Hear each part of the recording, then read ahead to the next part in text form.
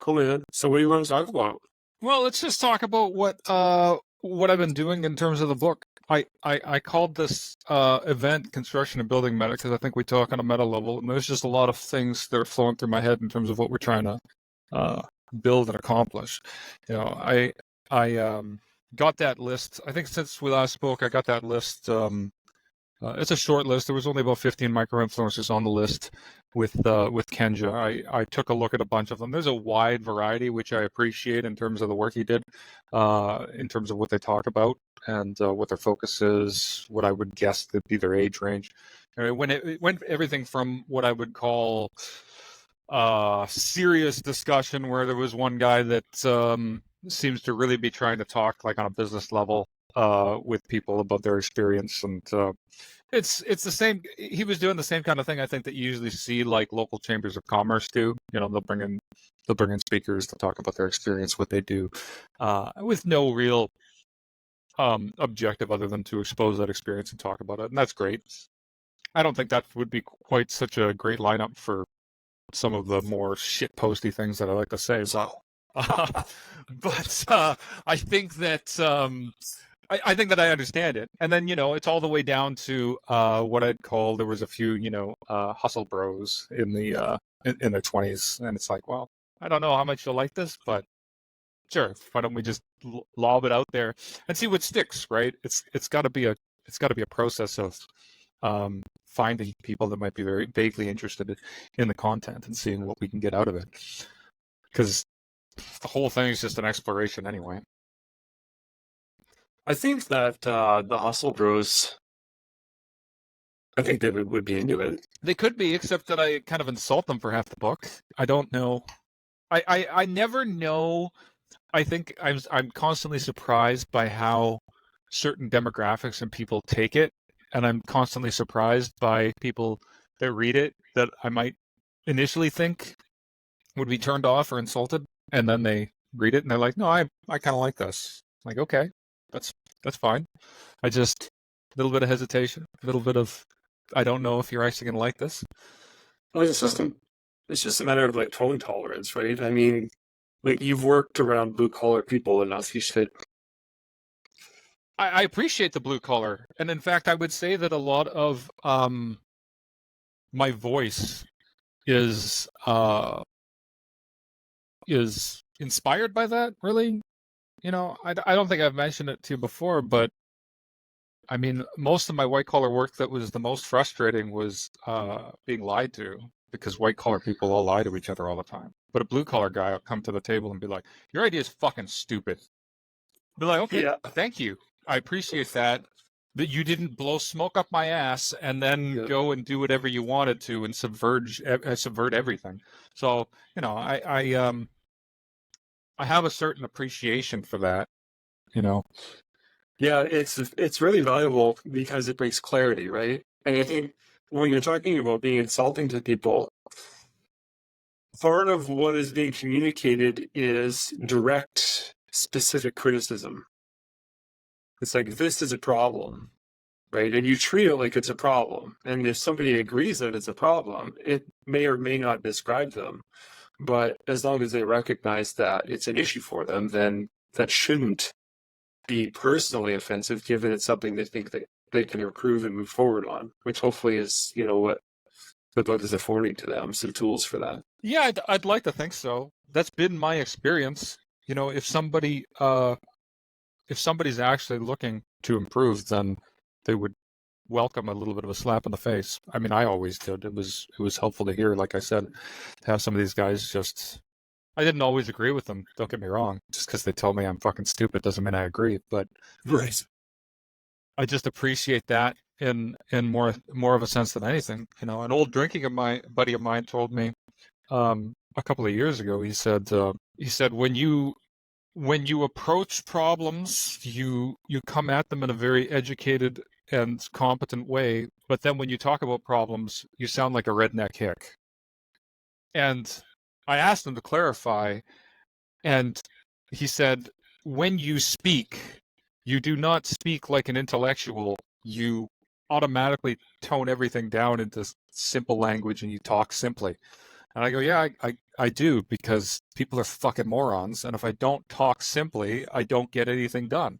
I mean, it didn't take me very long to realize, like, if I'm picking $10 words all the time, I just get blank stares and like, the fuck is this guy talking about? Okay, well, that's not working. I was taught, I don't know about you, but I was taught bigger words, bigger complex sentences make you more communicative. And then you get into the working environment, you're like, this doesn't work at all. It's like, At all. You try to convey a complex idea and you put 10 pages in an email and people will just hit delete. Like, fuck that, I'm not reading this. yeah. Okay, just gonna have to drop this down 17 notches, come to the floor. Yeah, you learn that on Twitter too. It's like, Well, didn't they remove the character limit? It used to be so limited. Now it's I've seen some Twitter posts people send me, and it's like this, and I'm like, holy shit, I forgot Twitter removed that character limit. yeah, but you still have to communicate in that, digestible manner. Little bites, small bites. Like, I wrote an unfiltered post on there. I'm like, I'm just going to write the way that I think and see how it works. And, like, the only response that I got was, what the hell are you talking about? Like, so, yeah. Could generalize in a way, simplify. If you can say it in the $10 words in the thesis or whatever, but you can also communicate it in a 30-second conversation, then there's a mastery of the concept. And then so it creates trust. If you're willing to insult somebody over something, then it's like, A, you actually believe it, and B, you actually know what it is. So knowing what it is and knowing what people are, I've learned there's a Chinese art to insulting, which is that if you know somebody, then you know how to compare them to somebody that they hate to make them reflect on themselves. oh, this is cruel. They do this. They do this all the time. My wife is terrible for it, and I've asked her about this. Like, why do you do this? To make you stop and think. What I find most interesting, the number one most interesting thing to me, is that I've got the book Discord, and a bunch of people have now signed up for the book, and I'm sending it to them, and it's great to have. It's really great to have a physical copy in my hand. It feels good, but I'm still in a talking stage, and I'm talking to people about it, and I'm just reflecting on it and learning things. And I've been a little surprised because there's still a trickle of buyers that I didn't solicit. There's people that are just going, because I set up all the branding for the marketing, right? I know how basic marketing works. Is if I'm going to reach out to these influencers, they need to be able to find me. They need to be able to see me. There needs to be a specific presence. There needs to be consistency. So, I set up the things that I needed with the Shopify store and the on-demand printing that I talked about before. I set up a LinkedIn page. I set up a what else did I set up? I set up a PayPal because I need to link to Shopify. I just realized that this morning when an order tried to go through again. Somebody tried to use PayPal to pay, but it rejected it. So there's a website and the LinkedIn and the Patreon and the Discord server I did earlier because that seemed like it made sense anyway. Because people kept giving me feedback and I wanted it all in one place. But it was set up primarily as a framework from a marketing perspective and not from a solicitation perspective. So I was a little surprised when there are people who have purchased the book now, and I can't find them in the Level Check server. Like, I don't know where they came from. I don't know who referred them. Like, they're just, I mean, I'm not going to be on the New York Times bestsellers list or anything, but I'm like, okay, this is kind of weird. Who's talking to who, and how's this grapevine working? I don't know how this is supposed to happen. And this is where I start thinking that some of the steps that I did before intuitively need to be sped up because people are going to need them. And I use need in like a meta community sense because I'm seeing these people pop up and get involved in that level. And I'm like, okay, I'm going to need to start pumping out these fiction chapters that I'm talking about so people can read them. And then I've had a few conversations with people, even just in the last 48 hours, where I'm like, some of these ideas can be contained and put into a space. And what does that space look like? Because I'm not going to just start collecting more ideas and put them into another book, but it's not uncommon that some of these ideas get turned into, I don't know, a newsletter or a corner or a space. So maybe I should start synthesizing these as little bite-sized pieces and throwing them out there, because people might actually want to see them, might want to talk about them, because they're on topic, because they're conversations that happen with people who are interested in the book or interested in me, and then they come and they ask me questions, and then we have conversations. And I've walked away, as I said, in the last 48 hours with a few ideas of like, hey, maybe other people want to see this. If they're, actually pushing the buy button, they might actually want me to start putting some of these in a corner somewhere. I don't know what that necessarily means, but it seems the way things work is content production. If I'm going to stick my stake in long form content production, then I might as well just keep doing it.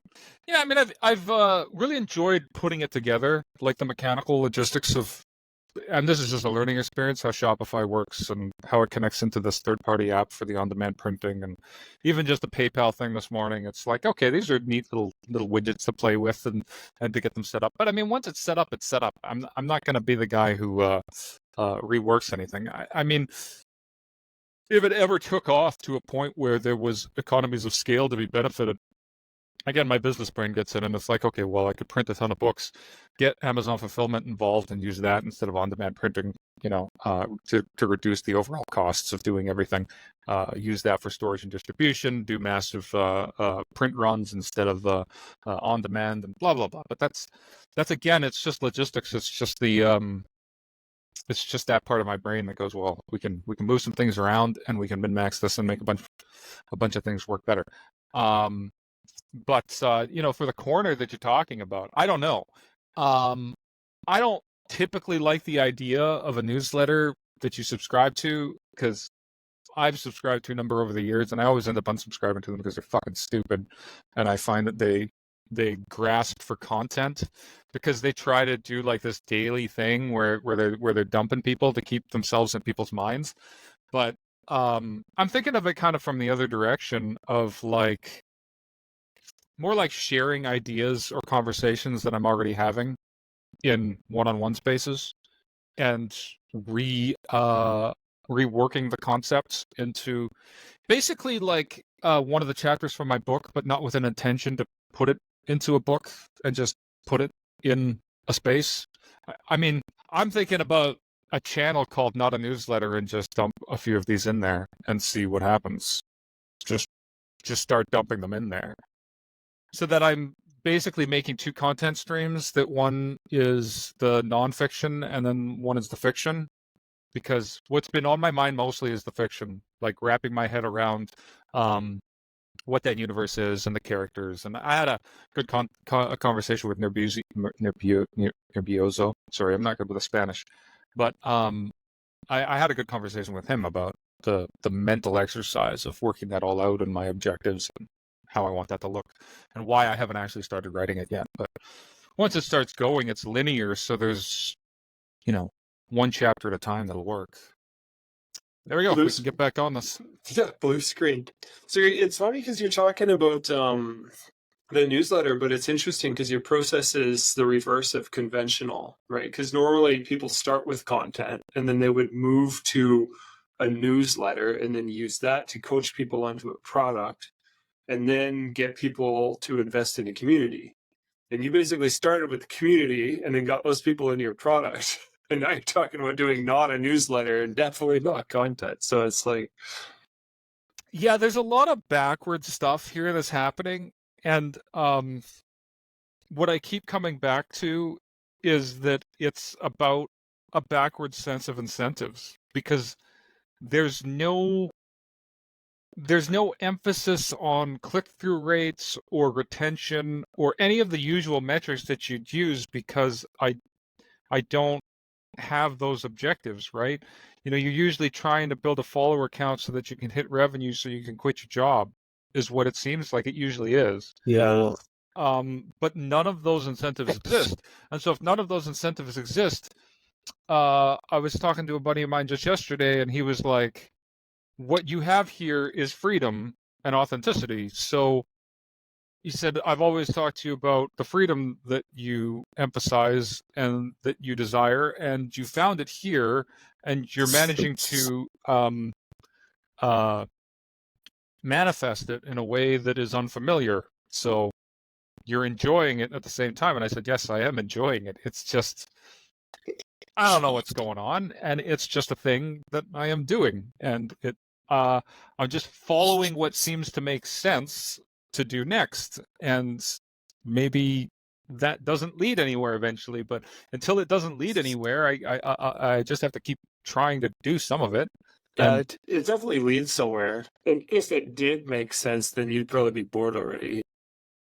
yes, that's actually that's the same point he made to me the other day. He said, you don't like it when you're constrained, and you might find those constraints eventually, but for the moment, just enjoy it. There are no constraints, and the backwardsness of it is actually part of the fun. Where I'm like, okay, let's see what happens. Let's see where Right. it goes. Yeah, yeah, Let's yeah. let's see what naturally I get inclined to do, and how much this model ends up copying what exists out there as the standard model, because it still kind of goes back to the same regression to the mean, right? Like it's still this content creation in a sense. Yeah.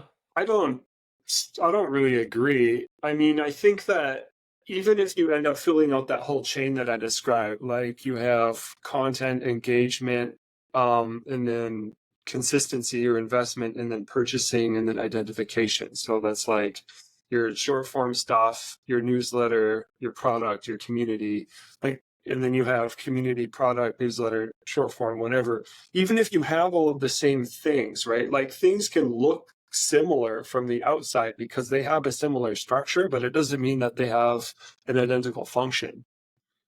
Because you're talking about KPIs, like, excuse me, like a key performance indicator for a content creator is exposure, right? It's basically views. And then they can measure likes, they can measure comments, they can measure like reposts and shares and whatever. But you're on a relational KPI. So your KPI is conversations. Mm-hmm. It's like, did I have a good conversation? Yeah, I did. Well, then I'm winning. Right. Where with a content creator, like if they only talk to one person, they feel like they're losing because they don't have scale, because it's constantly emphasized that you need to have scale. But it's like you can start with either one. Because if you want scale, you're gonna need some verticality to it at some point. You're gonna need a core ask for a sizable investment for a specific portion of that scale to be realized, right? And the energy that you're getting in your feedback, whether that's money or whatever. But like you can start with either the wide or the tall, and you're basically starting with the tall first, and then the breadth is a consequence of that ascension in a way. Mm-hmm. Well, I agree with that. I agree conceptually with the idea that you should just be doing what you want, and then it just kind of expands along the way. I feel like that's the only way that it should work. But I keep coming back to this idea that this looks nothing like what I'm used to doing. So it's only expressing itself in a way of like, I know what I don't want to do. I know I don't. I keep saying this, and I'm gonna keep saying this. Is I hate social media, and I Yeah. hate the idea of playing the algorithms, and I hate putting together content for the sake of putting together content. I hate the idea of, okay, take your whole book, distill it into 14 seconds, put it on TikTok, and hope that you get enough views to push them into the next level of the funnel, which is, I don't know, 2 to 5 minute videos on YouTube. The idea of sitting here making a bunch of YouTube videos and trying to funnel things around makes me, again, just like gun to my head. Fuck that. I just don't care. I would rather, and this is the honest truth. This is just where I'm at. Is that I would rather just take the books, sell them to the small number of people I have right now, put it on the shelf, and walk away than do that. Like, there's just no way that I would ever do that. It's like, oh, well, you'll be in obscurity then. All right, fine, peace out. Go fuck yourself. I'm okay in obscurity rather than I don't know. There's a I have never lived my life whoring myself out like that, and I'm not going to start now. And I differentiate that from sales. Don't get me wrong. Right. I'll go through and I'll make the checklists and present myself as appropriate, and organize myself. But I won't I won't do that. That's just, you know. Yeah, it has to do with a lack of substance, right? Like there's not enough in there to kind of hold you in a way. Does that make sense? Like Oh that, yeah. because Yeah, it's yeah. like Well, not just substance, but constraints, right? Because as soon as you get into that, you have to play this very specific game about working the algorithms, and this is how you have to format it, and this is what you have to do. Um, and they're not affording constraints because they're not, those constraints do not afford to you the ability to convey the substance that you're interested in as the relational medium, right? Because you have this concepts like what you're writing about, this stuff, like this is the substance, right? And if you try to convey it in short form, you feel like it's a disservice on the one hand, and then on the other hand, it doesn't actually activate the interaction that you're looking for. It's like, why not just go to the direct interaction? you're right, because it really does come down to the interaction. It really does come down to that metrics you described, and I like you calling it a metric, because it's really just about having those conversations.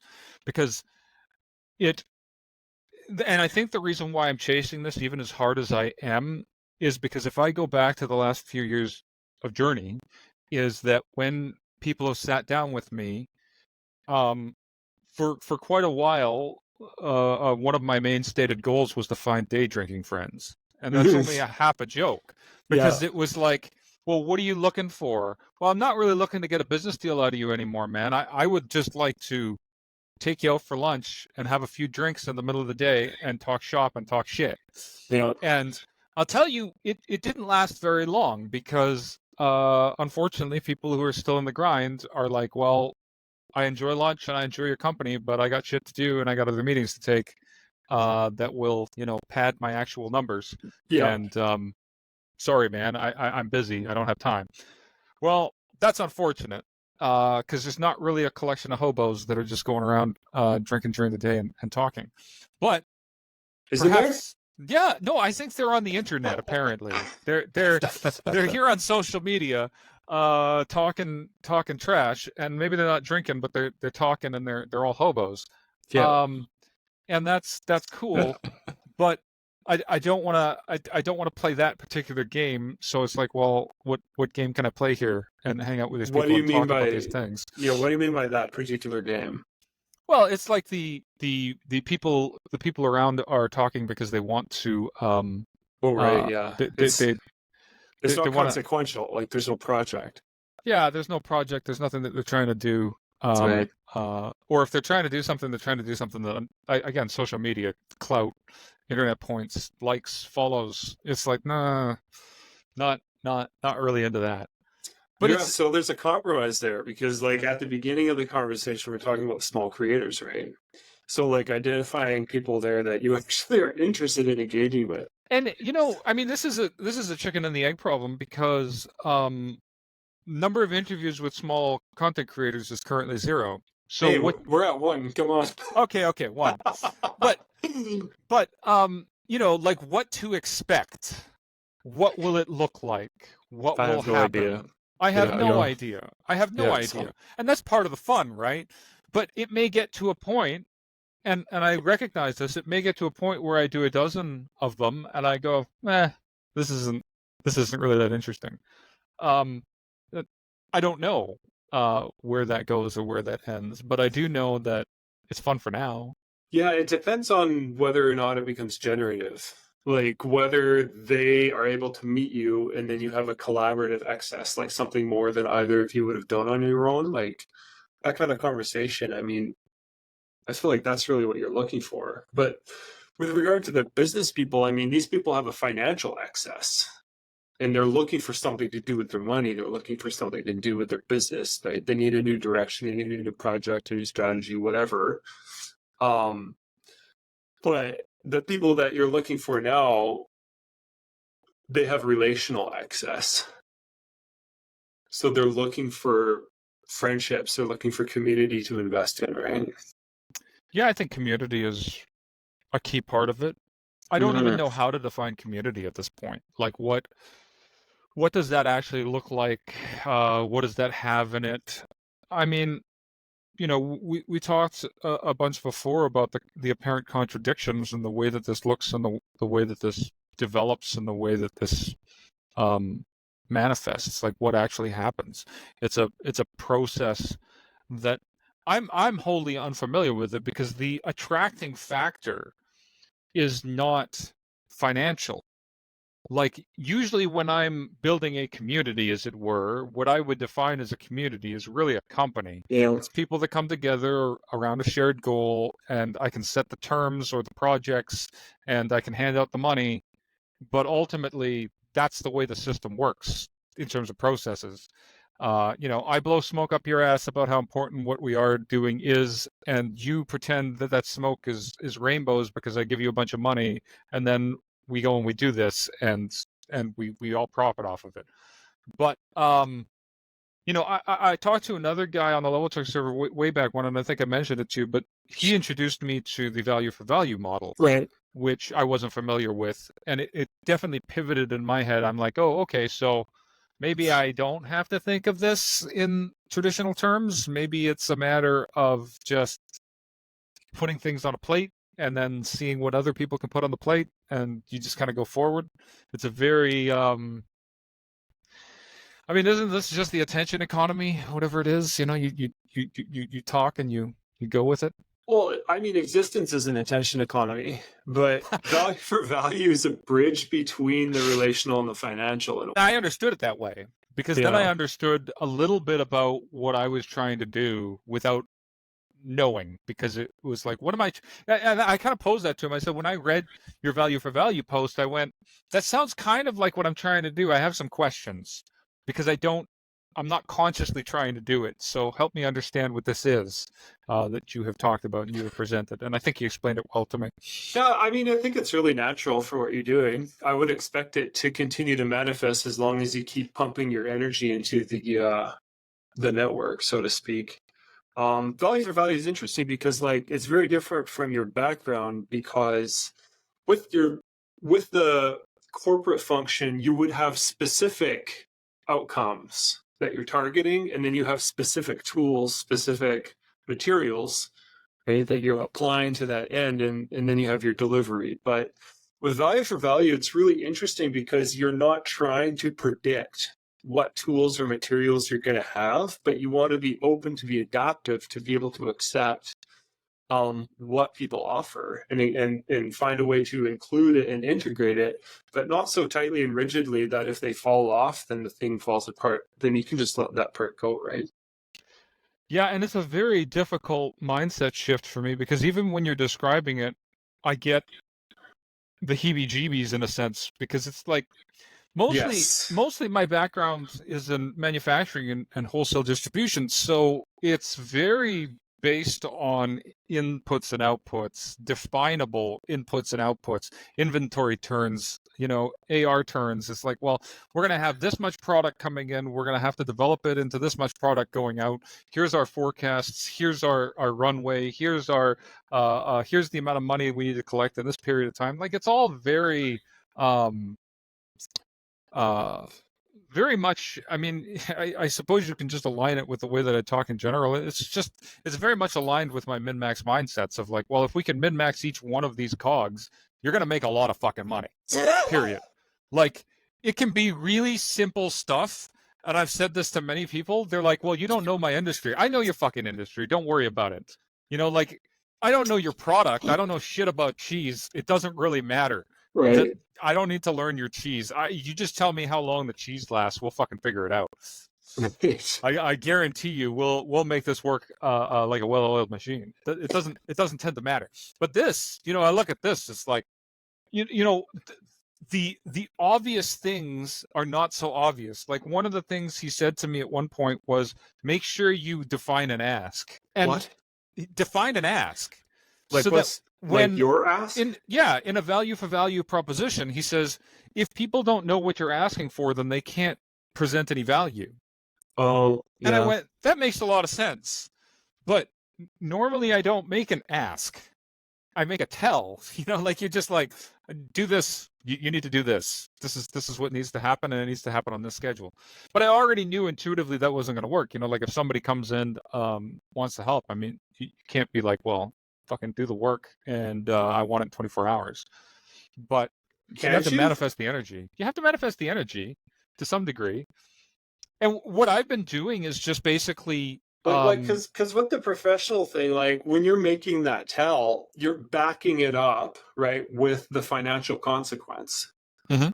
Where in this context, you're basically just backing it up with relational consequence. It's like if you don't get on a train, then you're not going to be on it, and you're not going to get to go where we're going. Yeah, Right? and that's what I found works well. If I define the ask and then I simply start the train and I move, then I have noticed that some people jump on where they Yeah. might be hesitant and they might be kind of doing the work or talking about doing the work. But I think I told you before, like with the cover too, is I just turned around and said, well, I know that it's not quite ready yet, but I'm going to print the proof tomorrow. That Right. I'm ready. I'm going to print the proof tomorrow. And then he was like, okay, give me an hour. I'll have it finished for you.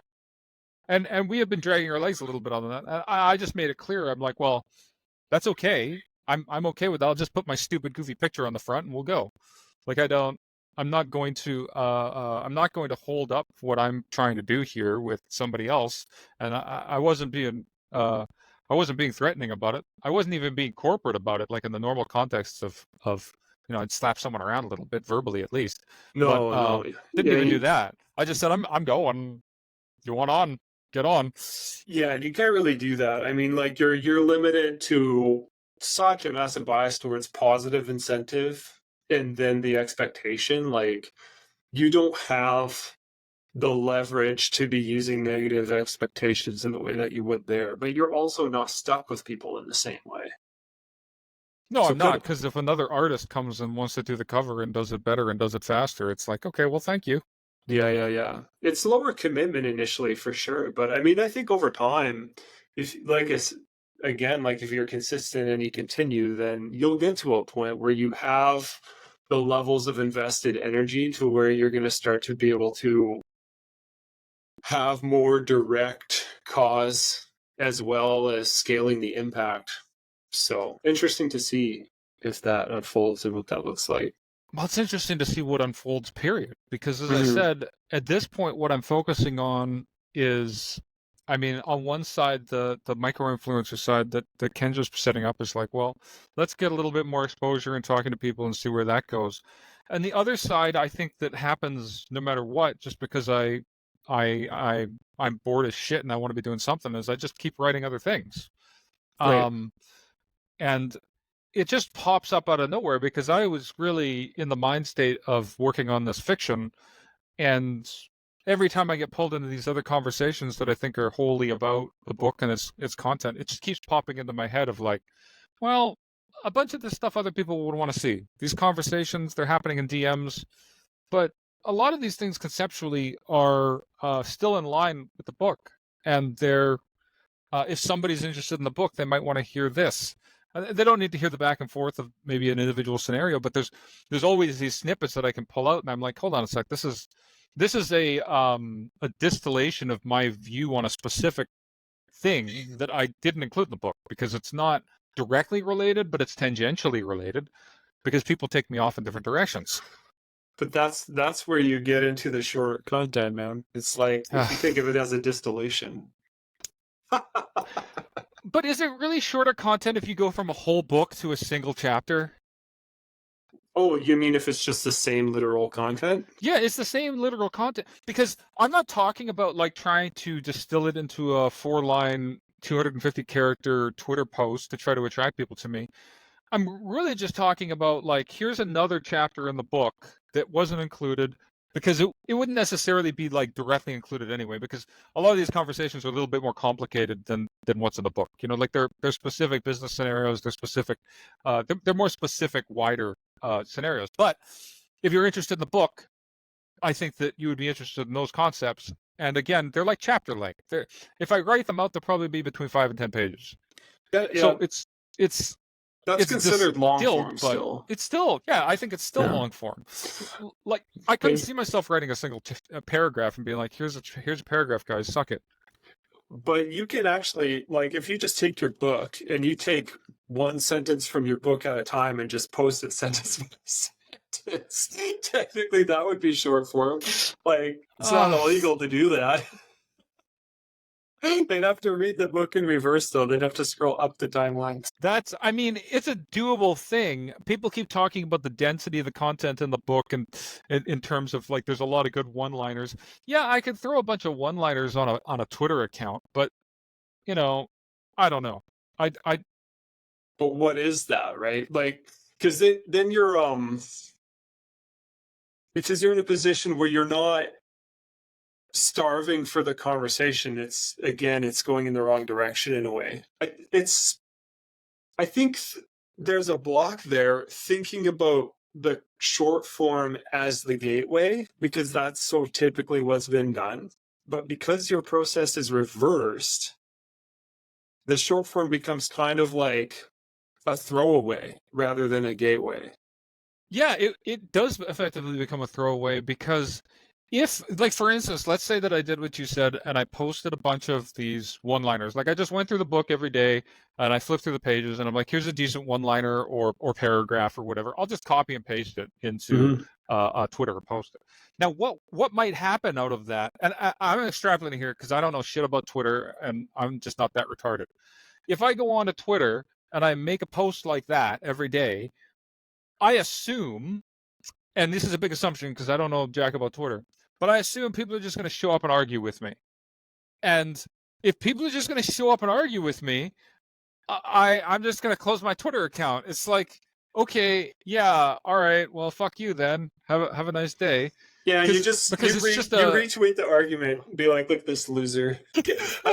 I'm not recommending like that's unkind, but like I could see. I don't know, man.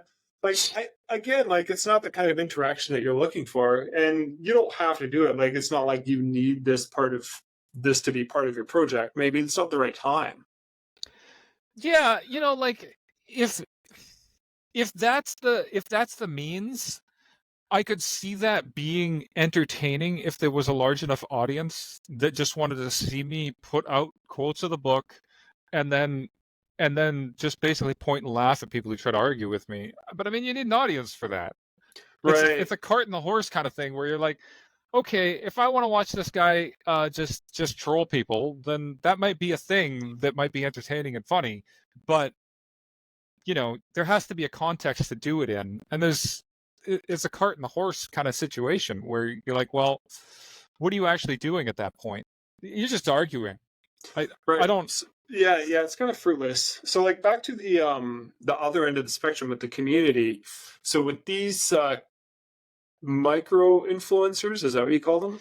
That's what digital marketing calls them. Apparently, I didn't even know this exists. But micro influencers are people between. I can't remember, the definitions are different, but I think the one he used was under 5,000 followers. Yeah. So they're just, or subscribers, and he did mention that it varies depending on platform, because followers and subscribers and all these different metrics are different depending on what platform you're looking at, right? Views is different too. He talked about the difference between having active followers and just followers who might have followed a different form of content in the past. Yeah. A good litmus test is this somebody that you want to invite to your Discord? Yeah, and maybe I'm being a little too open-minded here, but I feel like sometimes, to be fair, the sample size is only 15, but I've looked at some of them, and I kind of give them the benefit of the doubt where I know that they're trying to create content and they're trying to attract a certain audience. So is this really who this person is? Because I may still have a good conversation with this person regardless of the specific content they're creating. So there might be a little bit of overlap and a lot of like I'm talking hustle bros, right? Yeah. Do I want to hang out with a hustle bro all the time? No, not really. But if he's the kind of guy who's putting together this content because he wants to quit his job and I can have a good conversation with him. Because I've just realized this in life in general, right? Like sometimes people surprise you where you have a certain expectation of somebody and you sit down for them and you have drinks and things loosen up and you're like, hey, you know what? You and I aren't that different. you can talk about the things I'm interested in, and be very additive. And this is good. Despite the fact I hate you and I hate your role and I hate your company or I hate any Yeah. number of things. I like to be able to be happy and say I hate you with all passion of my soul, but you're a good guy. You're a good guy. It's all good. Yeah, that's kind of thematic to the book, right? I mean, there's some pragmatism there. It's like, where's the value? So solitary, yeah. I mean, identifying the channels and sequentially testing everyone. I mean, that's pretty much just what I'm doing. I'm just talking and working my way through it, and identifying what's useful and what's not, and then creating things that are useful. I did not think, if you asked me a month ago if I'd make a Shopify store with the book, I have gone through a number of different iterations of this from the very beginning where I said I'm just writing it for myself and then I'm writing it for my kids. And then I'm like, well, I'll print one copy. I'll print it for myself. And then people are like, hey, can I get a copy? Okay, fine. I'll print a bunch of them. And then, hey, I want to give you some money. Okay, fine. I'll put up a Patreon. Well, okay, I want to order a hardcover. Maybe I want to order a paperback. Maybe I want to order this. Somebody asked me about joining the cult, and they wanted a cult robe. And then I was in Shopify when they asked me, and I was like, all right, fuck it. I'll make a robe. I'll put the cover on it, and I'll call it the cult robe. And Yeah. To be fair, everybody thinks it's hilarious. I think it's hilarious. What I think is going to be more hilarious is if some dumbass hits the buy button. Like, I think these are the things. It's strange to say, but I'm so uncommitted to the whole thing. I just kind of put these things out. Like if I'm basically fishing, where like I'm not sport fishing. I'm not like making sure I've got the best lures and buying all the best equipment and going to the best spot and I need to catch 4 fish today. I'm the casual fisherman who's just like, I get out onto the rickety dock and I'm like, hey man, give me my beer. I'm just gonna have a drink. Fuck it. Let's see what we get. Right. Let's see what we get. Oh, I got a boot. All right, sure. I got a new boot. I'm gonna put that on and go home in it. Like, it doesn't matter to me. It's hilarious, man, because it's like an anti-cult that way. It's Because, confusing. like, the whole point of it is to not become your environment, which is the opposite of a cult, right? Does that not? This amuses me to no end. Which is that the book says in like a dozen different ways, maybe 100 different ways. Yeah. Don't listen to anything anyone else says. Define your own identity. Right. And then a bunch of people will contact me and be like, can I get a cult robe? I mean, okay, sure. It's like, we are the define your own identity.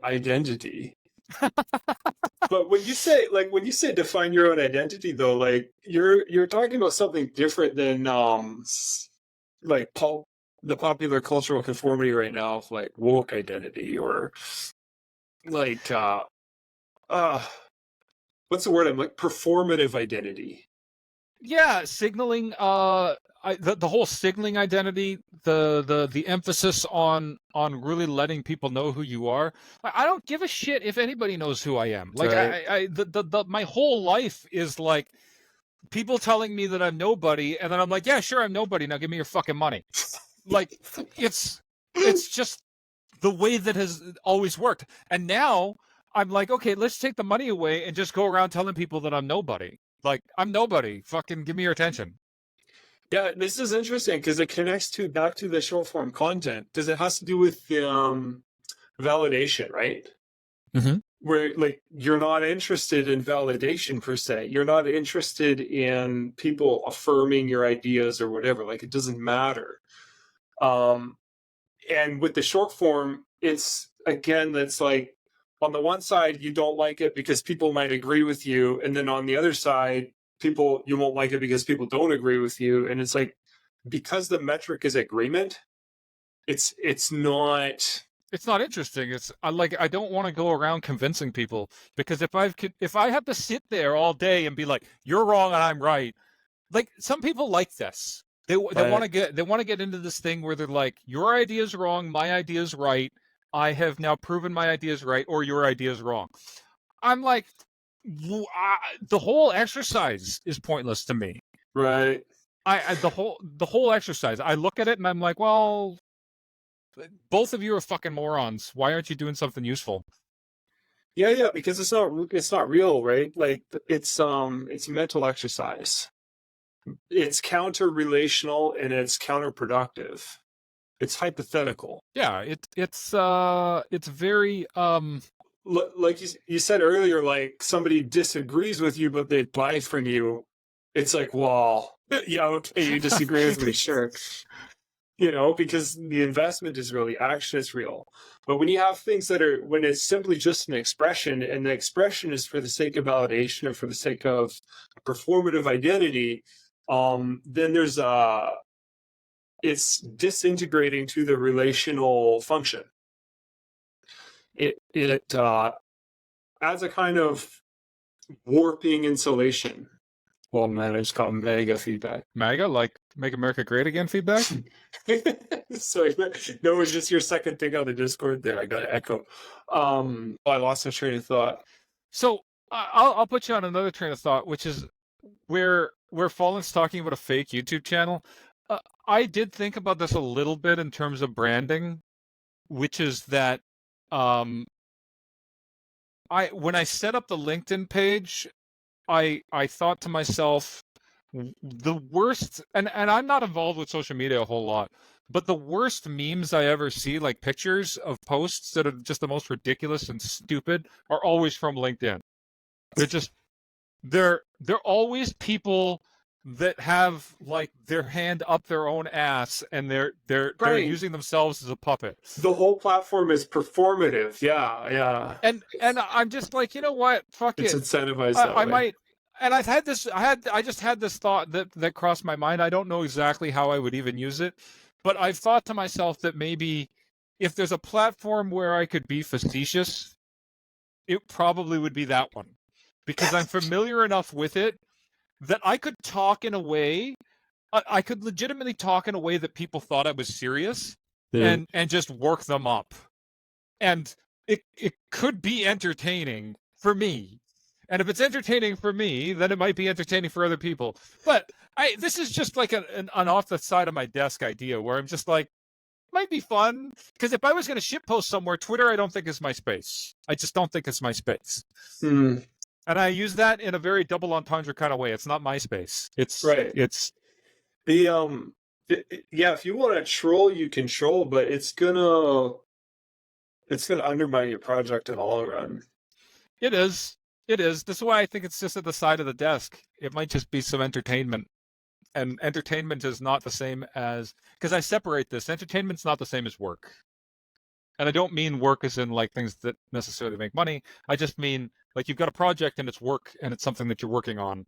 And entertainment is not productive. It's right. Just... No, yeah, it's investment, and it's entertainment versus investment, where the entertainment allows for waste in a way that the investment doesn't. And trolling is definitely wasteful. So yeah, I mean, in the long run. No, it is absolutely. It is absolutely. I've done my fair amount of trolling, and it's a complete waste of time. But yeah. You get the feedback that you get isn't sufficient for project. Like it's not material, it's not substantial to your goal. You can't really include it. And then if you start trying to include it, then the people that are going to be attaching themselves to that are not going to be people that you want to have actual conversations with. Yeah, no, you're right. That's the thing, is there's no building upon anything that comes to it. Even if I troll people, and this is why, again, I separate the entertainment. It's not productive, because any connection I make in the trolling process is not going to result in any growth. This is why I said, too, from the Twitter perspective, right? If you just get into arguments and you're trolling people, as an aside, as just loose substance to create for an audience that already exists, it could be a thing. But it's not actually like a ball rolling down a hill in the sense of it doesn't. It's what do they say? It's red meat for the base. Is the way they talk about this, right? Like, oh, sure, yeah. You could think of it like that, but it's not. It's certainly not a butcher shop. Right. No, because the trolling can be incidental, but it should not be intentional. But if you have incidental trolling, then basically all you're doing is you're allowing the conflict to clarify the identity of your project in a way. It's like, okay, these are the people that are not on board. Mm-hmm. that are getting squished by the ball that's rolling, and then these are people that are on board that are becoming a part of the ball that's rolling, and then as the ball gets bigger, you get more mass, then you get more people getting squished. There's more incidental trolling, but like that's kind of unavoidable. So Well, I think you're right, because this is the way that Calvin described the process that I've been using up till now, which I think is intensely accurate, which is that authentically I've refused to change the core content, and when I've received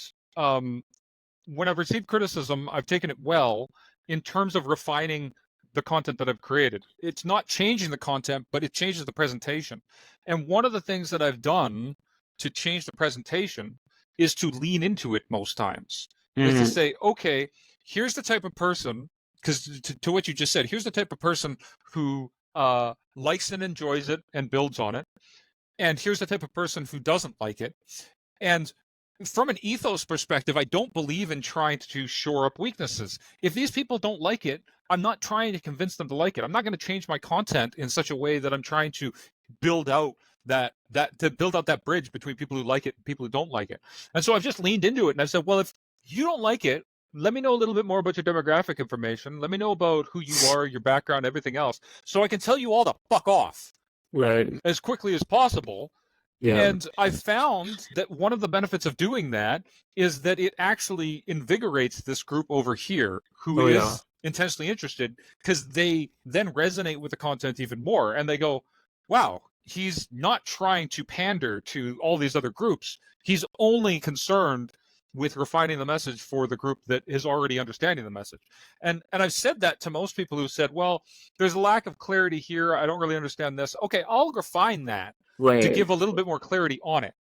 But if someone says, I don't agree with that idea, I'll stew on it. I'll give it some thought of, did I present it correctly? Do I feel it works in all these different ways? Can I have a conversation with this individual about why they don't agree, what experiences they have don't agree? Ask me questions to apply these concepts to different scenarios so that I can understand from my perspective, have I fully already considered this out? Like, did I just take a shot in the dark? Or is this a fully experienced thing where if you give me a scenario that's completely outside my experience, I feel it still applies? Because to me, if I feel like if you give me a scenario that's completely outside my experience and I still feel like that concept applies, I don't care what you say. Because my lived experience says that's accurate. And you may have a completely different lived experience, but that just means that the book's not for you and the idea is not for you. Yeah, it's just irrelevant. But either of those processes achieve the same thing, which is to refine the relationship, which is what you want. Because when you're going for verticality, you want a high degree of refinement. You want maximum clarity. You want maximum investment. And if you pander, like if you try to bridge the gap, you end up with a bigger ball, but the ball doesn't have as much density. And so then when it comes into contact with things, it doesn't squish them anymore. Because you want to force decisions, right? You want to make people make a choice to get on board or not get on board. And if you compromise, you end up with people a quarter on board, and that's just going to piss you off, right? Well, I started from the beginning like this too, and I think that it's important that I'm consistent, which is that it's quality over quantity. If I have, if I never get past a very small group of people who are interested in it and talk about it and read it, I don't care. Like if the question, and I constantly ask myself this question to check myself, if the question is that I have a small audience of dedicated people that I like and I like talking to and are interesting to talk to, or I'm a New York Times bestseller who goes around doing book tours and I fucking hate everybody I ever talk to, it's an easy choice for me. It's an easy choice. Yeah, you'll never end up there. Like you'll take if you try to go in that direction, I mean, you'll take 2 steps and then quit, right? Yeah, that's I want to have these conversations. This is why I say, like, I don't know where the wall is, because I want to have these conversations with the micro-influencers and I want to talk to them. And I'm really interested in talking to some people that have been cultivating their own audiences and they've had some success and they're making some money off of it. Like they're trying to become serious about what they're doing. And to have a conversation with them and have that and see where that goes, because it may happen that I'm not going to say this happens after the first one, but it may happen after I talk to 30 or 40 of them that I'm like, you know what? I fucking hate all of you. Have a nice day. I'll do something else. But I don't know if that's going to happen. I don't know who these people are. This is why I said I appreciate Kenja coming up with a wide breadth of different types of people, because, again, I don't know if the Hustle Bros are going to be Right. garbage. I don't know if the guy that's interviewing people like at the Chamber of Commerce is going to be garbage. I don't know. I don't know any of these people, and I'm not going to try to suppose that I know any of these people. Yeah. Podcast, Fallen, I don't want to start a podcast because a podcast is the kind of work I don't want to do. Was there a chat? Yeah, there's a chat in Discord. Oh, not. He's asking me why I don't just start a podcast, and I don't start a podcast because I don't want to have to do that stuff. The stuff that is involved with doing a podcast is not. It sounds terrible to say, but I just want to show up somewhere and talk. I don't want to. Yeah. I don't want to plan the party. Like, Yeah, you're just be on. you're asking me the difference between, do I want to plan the wedding or do I want to attend the wedding? I don't want to plan the wedding. I just want to attend. I just want to show up. Yeah, and you wanna get stuck at the Tweety bar. Yeah, I just want to. You're absolutely right. I want to show up at the wedding, get shit faced, tell everybody what I really think, and then go home and fall asleep. Like, that's Right. all I want to do. And I think it's a $2 coin for people who live in real countries. And it's ridiculous. The thing is, this is ridiculous. I know this. I want the good part with none of the work. If I want the work, the value for value, the work I want to provide is this. I'm like, I'll give you this. Let's talk about it. That's it.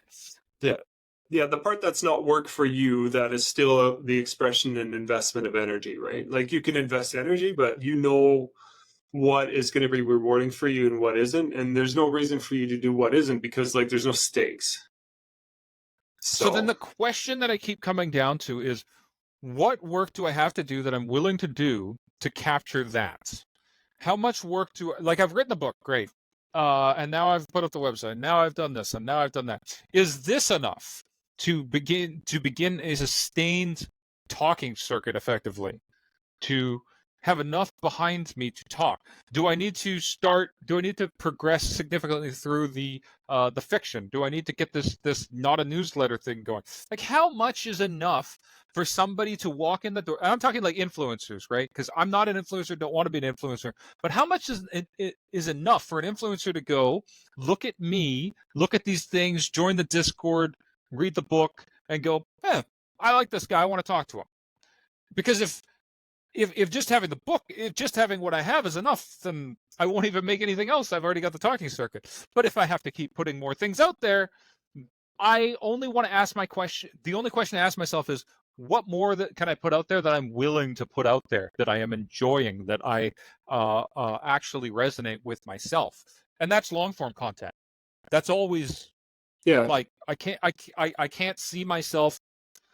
I can't see myself being like, I'm going to show up on Twitch for 3 hours a day and do this, and then go on Twitter and respond to all my haters, and then go and do this. Like, the monotony of it, the construction of it is just brutal. Yeah, I don't know, man. You'll find out. It depends also on who's making the ask. Because right now you're doing reach outs, right? So as long as you do reach outs, some percent of them are going to respond. But something in my head, like several times, I'm assuming that these people that are on this list are already doing long form content, right? Yes. Yeah. So different things, just like their content. Some of them are doing podcasts. Some of them are doing shorter form content, longer form content. Like, some of them have alignment on content itself. Like, as I flip through them, he found people who might have really good alignment with certain concepts or certain chapters in the book, but then they typically do shorter form content. But they're such a small influencer, I think you still have the chance that they see it and they go, maybe I want to add variety in my content based on what I see in this guy's book, because it's enough of an alignment. And then other ones, as I said, are already doing this type of content. They're doing it in a long form. They're doing podcasts, whatever. A few of them are basically doing podcasts as their core, and then they're doing what you said. They're taking snippets and they're putting them on YouTube and TikTok, and then they're trying to attract people to their podcast. And I respect that. Like, I get what they're doing. I just have no interest in doing it. It's like, okay, you're building it, and that's great. And Alaskan, you're absolutely right, because when you talk about delegating, Kenja put together that document for the ARG, an augmented reality game, and I love it. I love the ideas that he's put in there. I love the structure. I love the implementation. The idea of doing it is really fun. But there's a whole bunch of pieces in there that have to do with social influencers. It assigns work inside of there that different people who like to game social media would need to go out and do. And as soon as I read that, I said, well, this looks really cool, but I'm not doing that. Are you doing that? And he's like, no, we're not doing that either. We need to find people who do that. And that's how we got to this point of like, okay, let's talk, because those are the people, these micro influencers, who might see what I'm doing.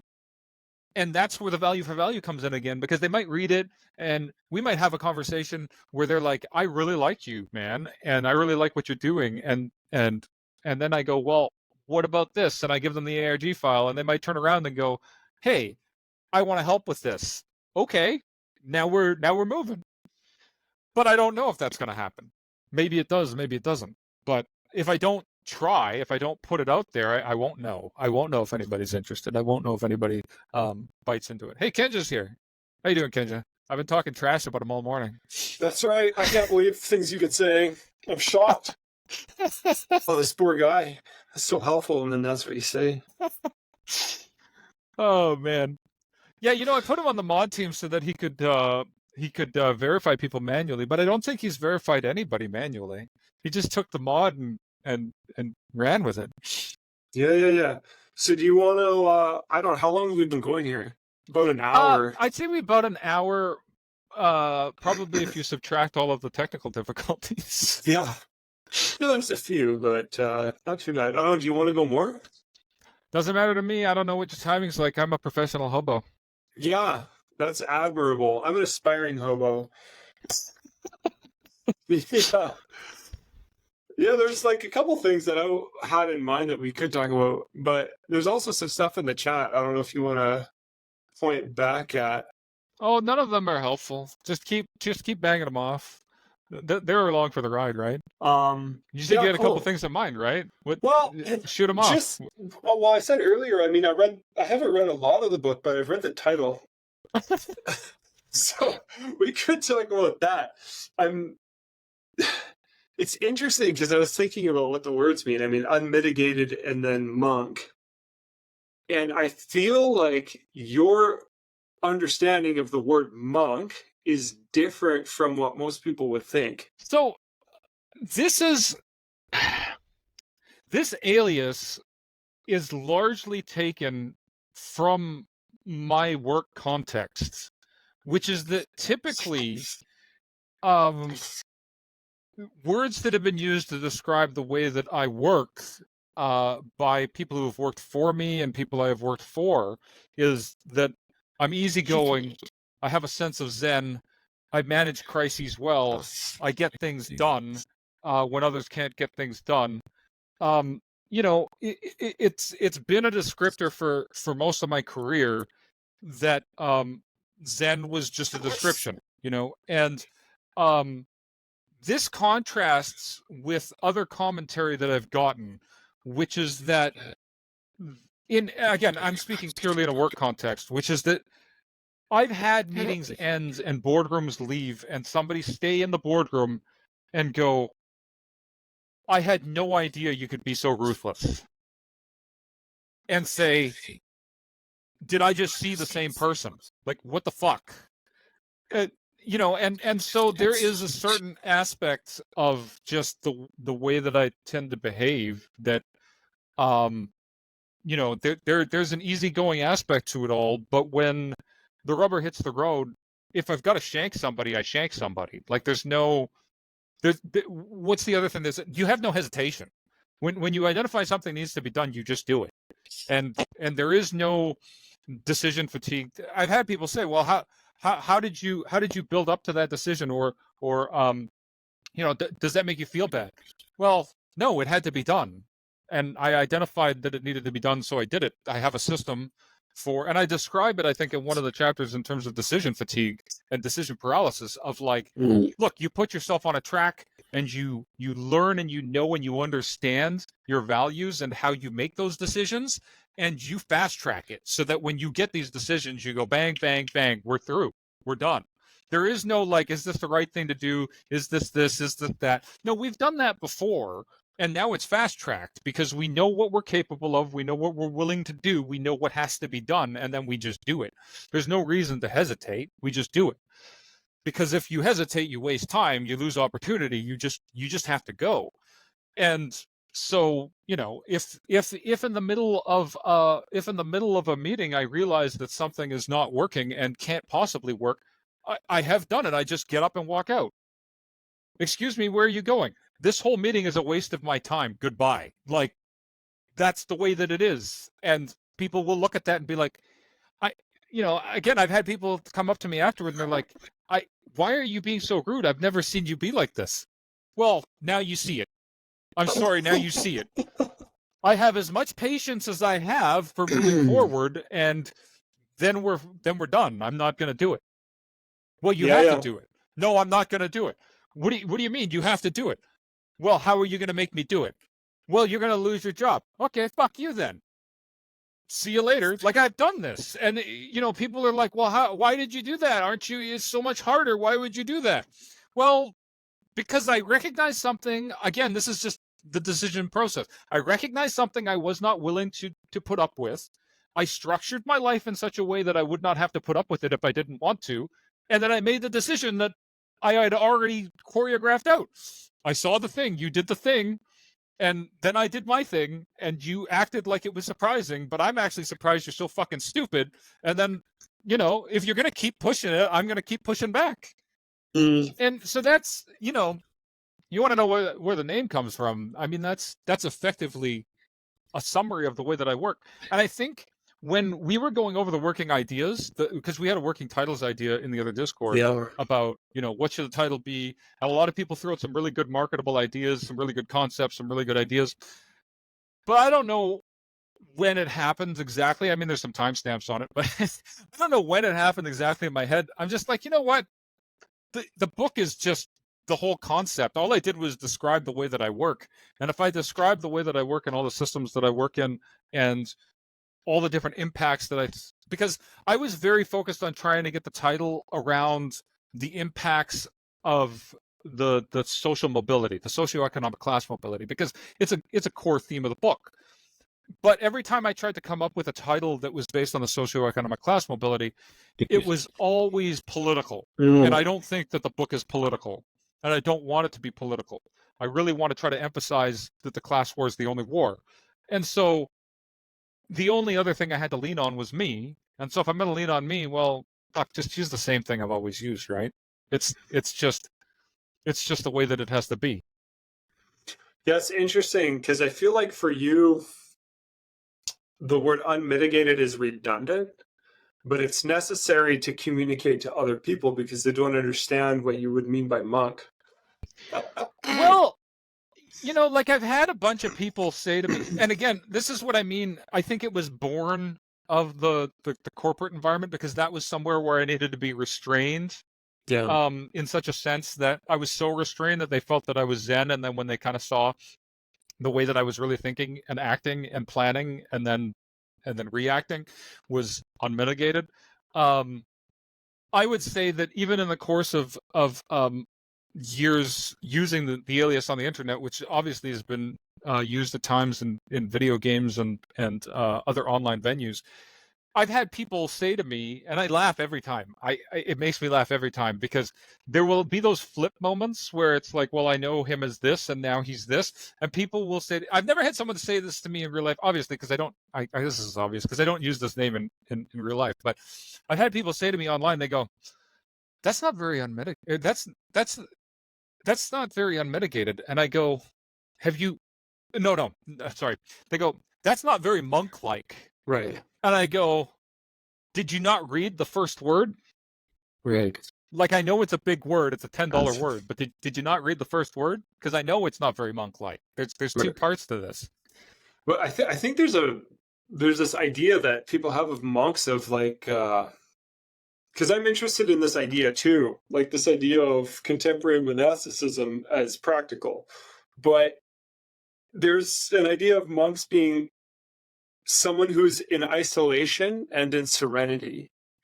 And I think that contrasts with what you present, which is like independence and sincerity. Yeah, I think that is in contrast. I think that is, I think what you describe is the way most people see it. They think that Yeah. they think I live off in the mountains, or I should live But, off in the mountains. but for monks, like at least Western monks, during the fall of Rome, they're building these enclaves where they can survive and preserve and build and produce, right? And service their local economy with whatever it is that they're producing. It's like, it's not that they're totally isolated and dependent on ties so they can go sit with their head in the clouds. It's like the whole point of getting your head in the clouds is to get a clear view of things so that when you go back down, you know where to go and what to do. And Well, then you do it. I think this isn't just monks, right? I think there's sometimes a misinterpretation of what philosophers or artists do. This idea that they work entirely in creative spaces and they just think all the time. That doesn't necessarily have to be the way that it works. Right. It like, especially with modern art where creative space is performative and hypothetical, where creation means actually production. Mm-hmm. Right. So what are you causing to be? What are you making? What are you building? It's not what are you displaying. It's different, right? Because that's to do with engagement. Well, that's very interesting because again, you know, I was having that conversation the other day about the I was asking Calvin about what kinds of writing, because he was asking about some ancient philosophers, and I was telling him I was telling him my views about just the things that you can learn from these ancient writings.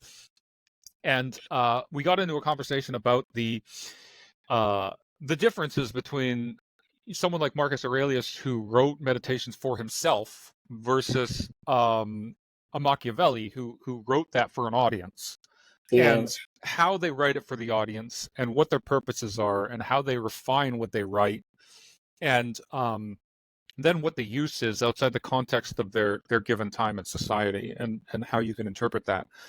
And I asked him point blank, I said, when you read these different things, what is the most interesting perspective that you like? I said, do you like it when they write for themselves or when they write for an audience? He said he started with the thing that he liked the least, which is that when someone claims to write it purely for themselves, but they're writing it in an egotistic way to try to validate themselves, it reads very, very poorly, because you're trying to fake authenticity and you just throw yourself into the garbage. But he said on the other side, what he really does enjoy is people who wrote it for an audience and have done well in targeting that audience. And I think I would agree with him that generally you're always writing for an audience, even if it's an audience of one. And if you accept that from the beginning and you try to be as genuine and well refined toward that audience as possible, then you can be successful in doing that. So I liked it. It was a good conversation. Yeah, if the concept, like if it really was meant to just stay within you, within your present self, like that's the kind of transcendent perspective that, at some point becomes non-functional. But if you're journaling or what have you, you're writing concerning your past self, you're writing concerning your future self. Like you're holding this possibility and the extension of relationship in mind. And so expression has to be relational in some way. And that goes back to the short form. The problem being that it's actually mitigating the relationship because the person's only able to relate to you based on a fraction of the substance. And so you only have a fraction of a relationship, right? Well, I like what you did there. You're mitigating the content. Yeah, and that's offensive to you. So No, I like the word. No, but like having a mitigated relationship is like offensive to you in a way. I feel like. Yeah. No. I'm complimenting your choice of words there. But I think I like the word. I'm going to start using it more. I think I agree. The idea of There's other words for slowing things down, but I respect that people feel that there are quotable contents in there and that they could be snippeted out, and I I take it as a great compliment. The entire idea that I could take these things and post for months on end daily on Twitter and have these things still be cohesive and be interesting and maybe even draw some people in. But it it really comes down to it's not just about the outcomes. It's about the process of getting the outcomes. Because if I have to sit there and wade through shit and argue with people all the time just to get some of that gold out there, yes, if you are working with the intention of quitting your job and making enough money, and like if it's a financial interest, I can see why you would want to do that. But I hope that other people can see why I don't give a shit and I don't want to do that. Because the idea of going through that without the connection to people is not cool. The idea of talking to folks like you, Andrew, and a whole bunch of micro-influencers, and maybe some of them are shitty people and not people I'm interested in, or not people who are interested in me, fine. But we still gave that relationship a chance. Like, this is long form, short form, right? Because if there was a Tinder equivalent to what we're trying to do, like rather than this podcast, if I had like a micro-influencer Tinder and I'm looking through people, I wouldn't even do it because I'm like, this is stupid. Like, what am I going to get from this? This is stupid. But if I reach out and I'm like, hey, let's have a conversation. Yeah, let's go for it. Let's have a talk. And then again, maybe we work, maybe we don't. But I don't know. I feel like I'm an old man and I'm out of touch with this, where I'm like, I don't want that. Am I a Luddite? I'm like, I don't want this really light, substance-free conversation. No, you're not a Luddite. It's like, because what you're talking about, the superficiality and the narrowness and the convenience of a relationship, is why so many people are lonely right now. Right? The lack of depth, the lack of continuity, the lack of investment, the lack of getting feedback for your genuine expression. Like, if the only feedback you get from people is incidental and based on inauthentic expression, you're not getting any correction or validation or like development of who you actually are. You're just getting better at pretending, right? And you know that you are, and you know that you're not actually connecting, and so it's empty and it's hollow and it's not fulfilling.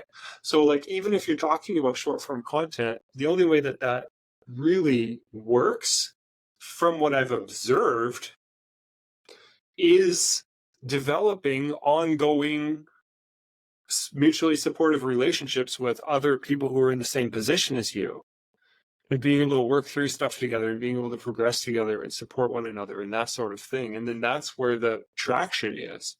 And so by just focusing on that, you're developing the core of the content project anyways. Yeah, because I think I've heard that. I think you've talked about it before, and I think I've heard other people talk about it before. It's really like these groups of creators, right?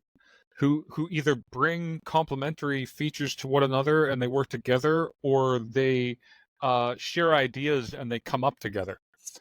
Like they might not actually work together, but they come up together. So they support one another as a sort of support group. I think so.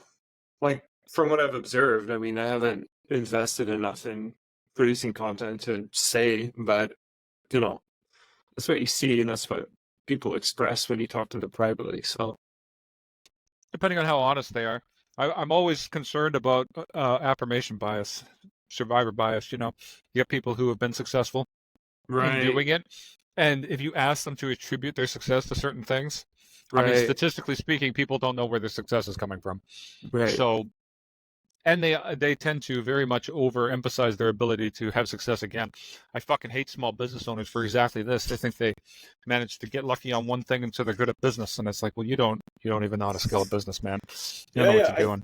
I think as far as like success though, having a network like that provides you with the real feedback that you need for your project to continue to generate. Like, to keep going, you need a support network. And so it's by developing and investing in a support network that people find the motivation to be able to keep going. And basically, if you keep going, you're giving yourself the chance to succeed, where if you stop, then obviously you're not gonna. I think you're right. I mean, I agree. I hope I'm not coming off like I don't agree, because I agree with Right. you in No, concept, which I'm is just that. trying to rationalize it. No, I do completely agree, because Yeah. I think that people work well in groups. I don't think I necessarily work well in groups, and that's a feeling of mine. But I think that generally speaking, people work better in groups because we're social animals. At the end of the day, um, you need to know you're going in the right direction. You need to know that what you're doing is being effective, and you need some kind of feedback coming from somewhere. If groups work well around you, then you work well in groups.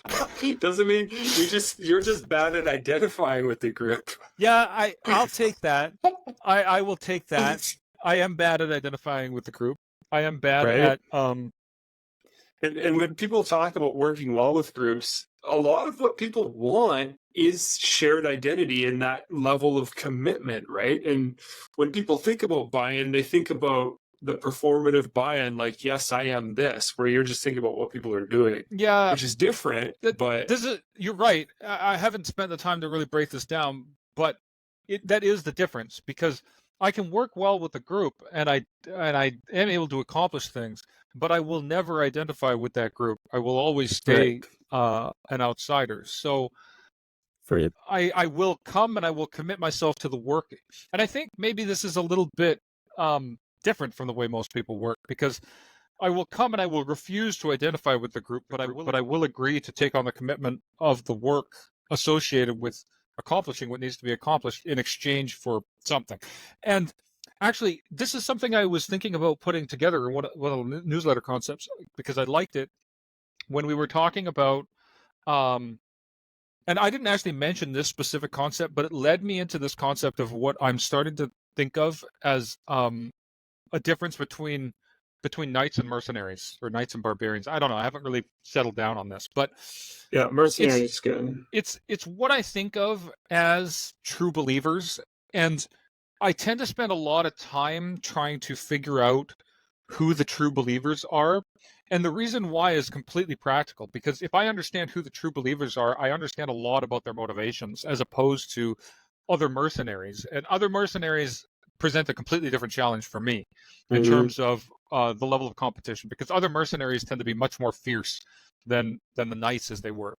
And the reason why I was thinking about this was because I was talking to another guy, and we were talking about um, some of these concepts, and he asked me some questions, and I said one of the things I've been thinking about last week that had come up was I registered for a conference in KL in September, and I saw that Nigel Farage is a speaker at the conference.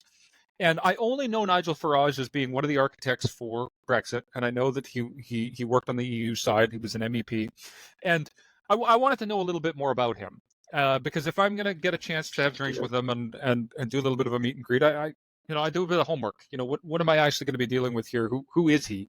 And I don't talk about like watching his motivational speeches. I want to know a little bit more about him and his motivations. And one of the things that struck me pretty much immediately, as like, okay, now I know what I want to ask him, and now I know how I want to approach him, and I know what I want to find out when I talk to him. And the question that I came to is, I want to know if he's a true believer, because I think that he is. And the reason why I think that he is isn't because of anything that he said or anything that he did in specific. And I separate this, right? Because if you're involved in Brexit, you've got people that are just doing it like uh, Mog or Johnson, who are basically looking to profit off of it in some way. And they are, and I'm not going to get into the moral repercussions of this, but they're looking to profit in some way. So I'd call them mercenaries. Like they're acting in a political manner that they're trying to profit from. And I thought Farage was of the same bucket when I first started looking at him. But what tipped me over was I saw the man only has a net worth of $4 million today. And I went, the only person who doesn't capitalize on that way more than that, I don't care what amount of money you start with, if you're pushing Brexit and you succeed in pushing Brexit, and after Brexit, like several years after Brexit, your net worth is only $4 billion. You never did that for profit. You might have taken some pieces along the way, but you did that for influence, and you did that because you think that's the right thing to do. So already I think I know the kind of person that you are, and now when I talk to you, I want to ask questions that help me to understand if that's the kind of person that you are. Because if I understand someone as a true believer, again, you really only need to appeal to their ideology. And Right. if you can appeal to their ideology, it's actually pretty straightforward. It's pretty simple. Um, you know which decisions they're going to make and which direction they're going to go. Again, you're dealing with, if you're dealing with a mercenary, I mean, they'll shank you the same. They don't care if they see an opportunity, they're going to take an opportunity, and so that's very different. But typically mercenaries kind of do that same thing. They'll stay outside the identity. They want Yeah. to understand how to profit off the situation, and sometimes they're ideologues too, right? Yeah, But for sure. Yeah. there's this difference of like, where are you on that spectrum? To Yeah. me, 4 million net worth means he's like way deep. He's way deep on the ideology, because that's almost nothing, really. To be involved in international politics and have that level of influence and not like just rake it in. I mean, dude had to be making certain decisions. I'm curious what those decisions are. Yeah. Yeah, it's interesting because, like, when you talk about the mercenary, it really is a wild card. Because when you're talking about the knight, you're talking about somebody who is outwardly and practically devoted to a particular authority, right? Like whether it's the project or the company or the brand or the social movement or whatever it is, right? They have some idol that they're conforming themselves to. And then when you're talking about a mercenary, you're talking about somebody who either has an alternative, a lower, or a higher authority, right? And it could be like less or compromise. Like you could just a drug addict, and like everything he's doing is only to get the money for his drugs. Like that's a lower authority, but it's a mercenary attitude. Or you have some idealist who has a higher, more expansive, or more all encompassing thing that they're devoted to. Like I think with what you're referring to with Batch of Ferrarish, that could fit into that bucket. If he was dealing with a company or something, right? Because you have a knight for something who's involved in a project which has a different domain, and so then they act as a mercenary within the other domain.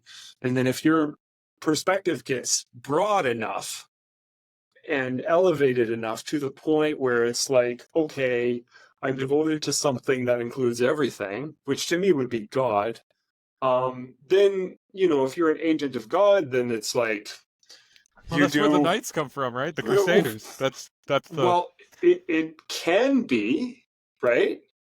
But it depends, right? Because there's a difference between like Moses and the Levite. The Levite's like a knight, where Moses is like, he has a different form of agency, it's a different he's got a different quality of it. calling. He's got a different calling, but Right. the message and the ideology is the same, right? Like they're fighting for the same thing. So I don't differentiate those. You'll get these different manifestations of the role, but I'm most interested in understanding exactly what you just talked about. Like, you're in my Right. head of this like, okay, where is this coming from? Which authorities are you aligned with? Right. And how strong are your bonds? Yeah, Because yeah, I can yeah. see certain things in here that look like these are very strong bonds to things that are not profitable. And usually, when you're bonded to something not profitable, it's an ideology or a religion, Right. because that the cause is greater than the individual profit. It's for the greater good, Or and a vice. or vice. Yeah, yeah. He doesn't strike me as having a lot of vices, but Right. we'll see. We'll But see. it's interesting though, because like with what I'm describing, everyone's a knight, and whether you treat them as a mercenary or not depends on whether they're in their native authority or Yep. whether they're in a different environment. Well, that's one of the things I describe in the book, right? I move from room to room. Right.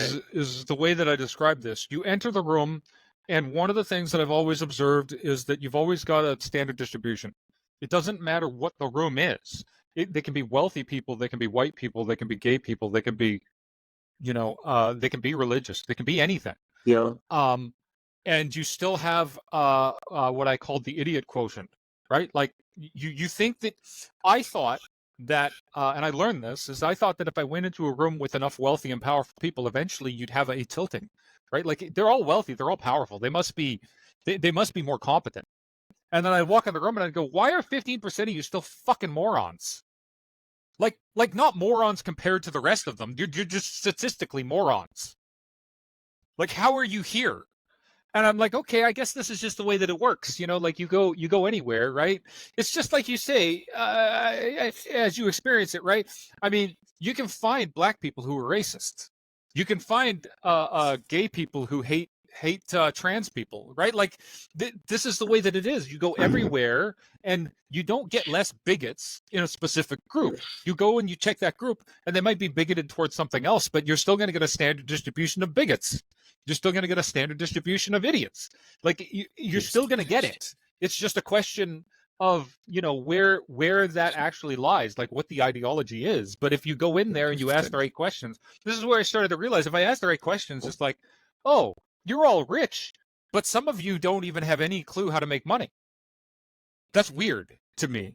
And again, you walk in and you're like, well, all of you are racially persecuted, so you must have empathy for other races. No, how is it that 15% of you are still racist? Like it's weird, but okay, that's the way this is. Everywhere you go, it's always this distribution. And look, man, I haven't done the studies. I can't tell you that it's exactly 15%. It's exactly a standard curve every single time. But I'll tell you that this is like an investigation that has gone over in my head for the last 30 years of like, these people don't seem to be what I thought they were. These people don't see, like, if you put the label on the outside and then you start looking inside, you're like, oh, that's weird. That doesn't quite meet. Like, you're still very human, I think is the word that I've kind of gotten back to with this. Is like, you can take any category of people and take them as a group and test them on something that you would think that they should have consistency of through that group. Like I said, intelligence, wealth, capability, competency, even if you get to weird things like racism or bigotry, and you kind of expect that there should be a consistency in there, but you're like, oh, it's not. It's still this distribution of people who are, like you'll get those people if you get a racially persecuted group. Yeah, at the top of the curve, the majority of the people will empathize and be like, yeah, that's not cool. And then you'll get like this bottom end of the group, and it's like, how do you even exist here? Like in this group, how do you even exist here? But you do. And I first noticed it with the wealthy because I was chasing and chasing and chasing. And I was like, I'm going to find mentors in these rooms. If I go into these rooms, I'll find mentors and they're very capable and very competent. And then I would start hitting some of them off in these groups. And I'd be like, why are you dumber than I am? This doesn't make any sense. Oh, no. It doesn't make any sense. And then I needed to explain it. And so this is, again, why I have never been able to identify with the groups that I work with, because I've realized that the identification itself for me is like a complete fallacy. Because why would I want to identify with a group that can't be logically consistent? Like if I'm going to identify with a group with a group of environmentalists, for instance, right? And I'm going to say I'm an environmentalist and I want to be an environmentalist. So I'm going to hang out with environmentalists and we're going to be, working toward climate change handling or something, right? And then I realize that the 15% of the curve thinks that nuclear power is terrible and it should be banned. And I'm like, what the fuck is wrong with you? And I'm instantly out. That's what I mean. That curve always pushes me back out because I'm like, okay, well, if you're consistent about your messaging and consistent about what you want, then you should see it in a consistent way.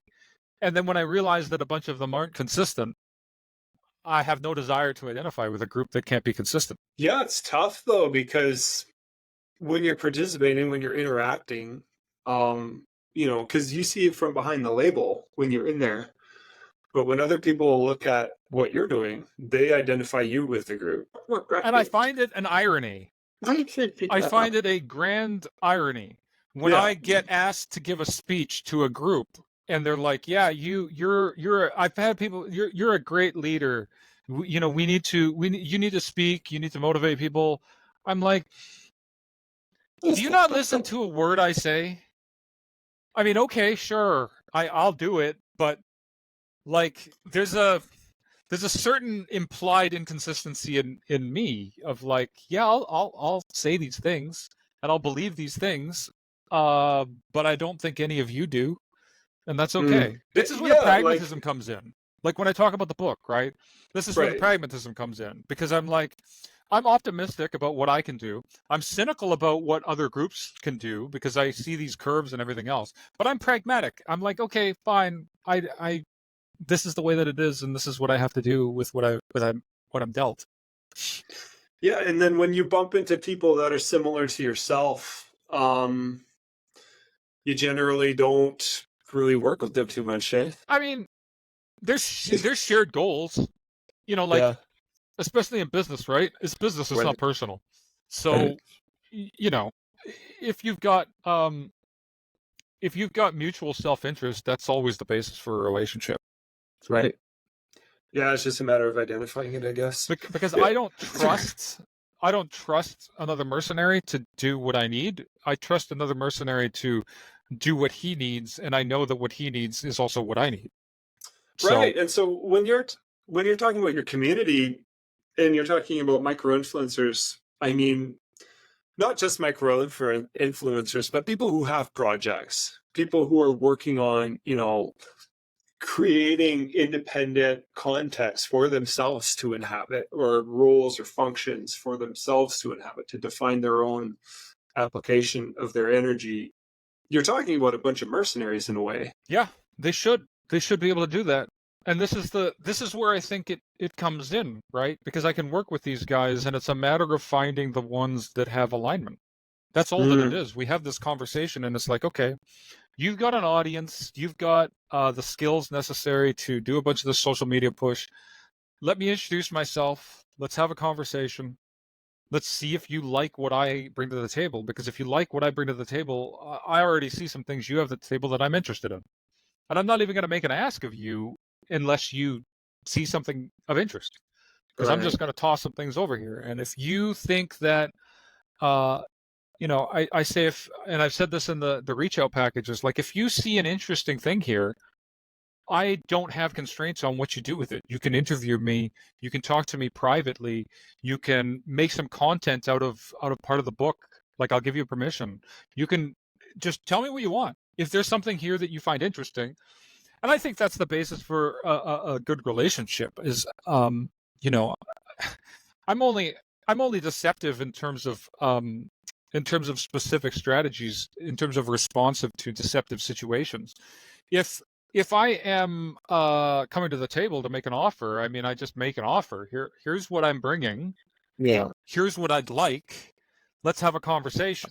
And if we can come to Right. some kind of terms, then we can come to some kind of terms. And then whatever we build off of that, like I'm very comfortable with doing this organically because we don't have the financial interests. Is the Right. idea of like, if do what you want with it, man. There's no scenario I could see where I give this to some micro influencers, my access and my book. There's no scenario I can see where it would have an outcome that I would regard as negative, because they could take it and they could spend an hour breaking it down and telling me it's all trash, and I'm like, hey, cool, man. Like, that's cool. You did a review. You never talked to me. You turned yourself into my greatest critic. I hope you run 12 of those videos. That's awesome. Yeah. Like, whatever, man. Because that means whoever watches your videos has seen it. And, I don't mind some hate readers. Go right ahead. That's Yeah. new. It's Yeah. like it's I think the only negative outcome is no energy, no interest. yeah. If But if even then, yeah, it's just all right, well, I got the book, I'll put it on the shelf, pack it up, have a good day. yeah. That's the negative side, I think, of purely personal, like not within the project context, but it's just negative because it puts me back to square one of like, okay, well, I got no day drinking friends, and I don't know what the fuck I'm doing now. I mean, sit in the chair and make some tea and what's check it out. really weird is that the first copy that went out yesterday, and it went out in the UK. Oh. I don't know why, because it was one of the last orders I put in. But the Commonwealth, yeah. I think the reason why it went out first is probably something to do with their fulfillment centers. Like this, these guys just do on-demand book fulfillment. So I'm guessing that fulfillment center must have been less busy because it just went out quicker. That's the only thing I can guess. I'm guessing most of the other ones should be shipped by tomorrow, I hope. just with the amount of time that it's taken for each one so far. But I don't know. Whenever it goes out, yours is the last order now. Yeah. Cool, I'll send you one of mine if it Yeah, doesn't yeah. come. So, Just see what happens when these people come together and alchemize things. I'll ask him. Yeah. Blue Jay's asking about the differences between groups of mercenaries and similar goals.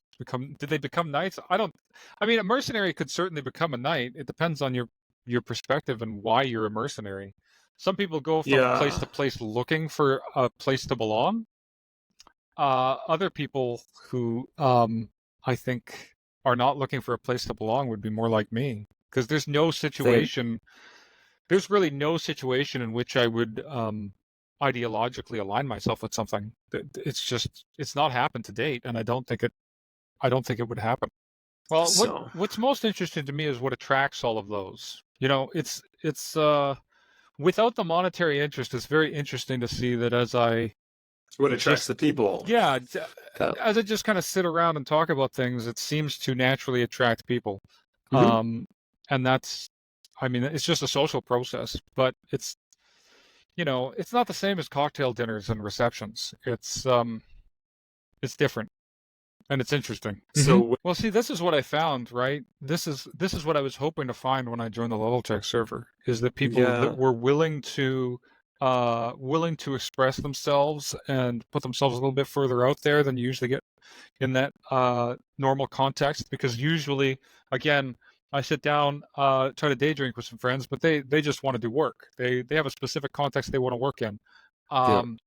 And it's not quite so open and it's not quite so engaged. It can be engaged on a specific level, but it's locked to that level. Right. It's limited. I think there's also the challenge too, as we've realized here on the server, is that not only are you able to access all these different, not levels in the level check sense, but all these different levels of engagement from whatever level that you'd like to engage in. There are some Right. people that just want to engage in what I would call, I don't know, skyful thinking, blue sky thinking. Like there's Yeah. there's some impractical conversations that happen, which aren't really my kind of thing. But I mean, that's what happens if you bring a space together and you say, let's have open thought. Then it's going to be open thought.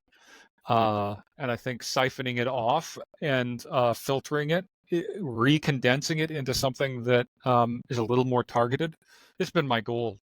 I don't know when that became my goal, but it's been my goal for a while. Did you have something else you wanted to cover? Because you did say there were a few things. I don't know if we've covered everything. No, not at all. I'd rather just talk about what's going on, because this is I think it comes back down to what you said about going through the process with other people, sort of as a group, because there are things that keep changing from week to week. This is a very this whole thing is very dynamic.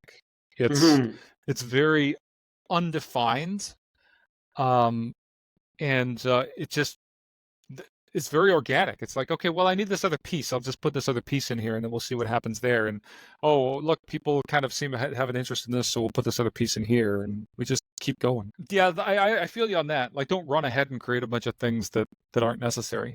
Right. What I'm mindful of is creating any space that requires maintenance. Like this is why I like steer away from a Twitter or basically the short form content creation, because as soon as I'm doing that maintenance, like I have to show up in the day and maintain something and in order to progress it forward, that's not appealing to me. If you want maintenance that appeals to me, it's again, how else can I put up my ideas in a way that would continue to be interesting? Long form content, right? Can I put out additional chapters? Can I am I ready to start the fiction? Which I hope I can start this month. What do you mean you hope you can start this month? Well, it's been a matter of working my way through the plot and the scenario and the major arcs that I've got in my head.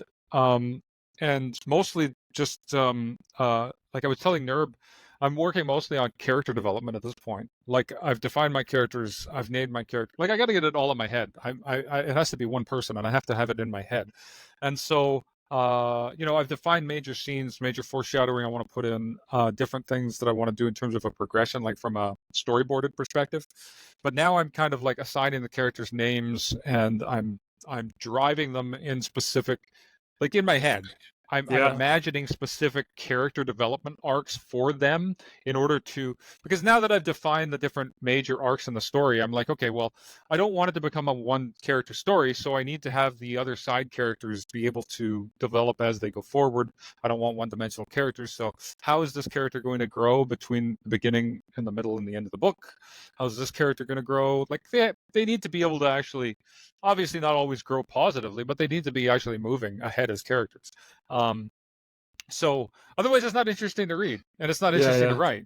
So, I've been working through that in my head. And once I think I'm satisfied with, that I've got well-rounded characters, well, not necessarily well-rounded, some of them are pretty extreme, but that they can grow inside the context of the story, then I can probably start. Like actually, great. I haven't put a single word to paper, right? Like I am in my downtime when I'm just sitting there bored and thinking my way through my head. I'm like, okay, well, let's start thinking again. What's my opening scene? What's the scene after that? What's the scene after that? How do these scenes connect to each other? How can I have the characters move between these scenes in such a way that it's natural and it grows and it's not, like I spend quite a bit of time thinking about the fact that I hate direct exposition. So what actions does the character need to do to show the reader the kind of person that they are without like saying, yeah, I'm a really powerful character. Right. I'm a really powerful character. And then you have to listen to the character say that 10 times. And yeah, no, I think that's bad writing. So, you spend time reflecting on what you don't want to do, and then you make sure you've got ways to do it in the way that you want to do, and then you hope that when you write it you achieve that. Because otherwise, if I start doing it and I just start, it's not like writing the nonfiction where I need to spew it all out and then organize the ideas. I have to organize the ideas first so that as it's coming out, it's good. Not to say that as writing fiction, you don't go back and then edit it later to go, well, I now realize I wanted a little bit more, but you need to at least be able to conceive of it in a way that is linear. And that's the whole reason why I think it's possible to share that when I'm doing it in a linear fashion. I mean, that's where the idea came from. I'm like, okay, if I write fiction, I'm not always going to be writing fiction because it's not always an interest, but I do like jumping between the two. And if I'm going to write some fiction, I have to do it linearly because that's the way my mind works. And I know not everyone that writes like that, but if I write fiction, that's the way the fiction looks. And if I know that it looks that way, then I could do a trickle out. I don't even know what the rate of the rate of distribution would be, but I won't know that till I start of how fast can I actually go. Yeah, but, I mean, but like the fact how that much I can does that provide matter? content, I don't think it matters. I think what matters is that there's content, and then there's content to talk about that's continuing to come. See, it's funny, the way you talk is very not inaccurate, but it's very loosey-goosey compared to what I'm just used to dealing with. We're just but it doesn't matter. Yeah, no, I know. It's just that usually I've got incentives tied to it. It's not like I'm going to put my energy out into the universe and see what comes back to me and take it in. It's like, no. We have these things we're going to do, and I'm going to pay to make sure that they happen, and then I'm going to make more money than I pay in. Well, I understand. That's why I appreciate talking to you, because you differentiate between the two, right?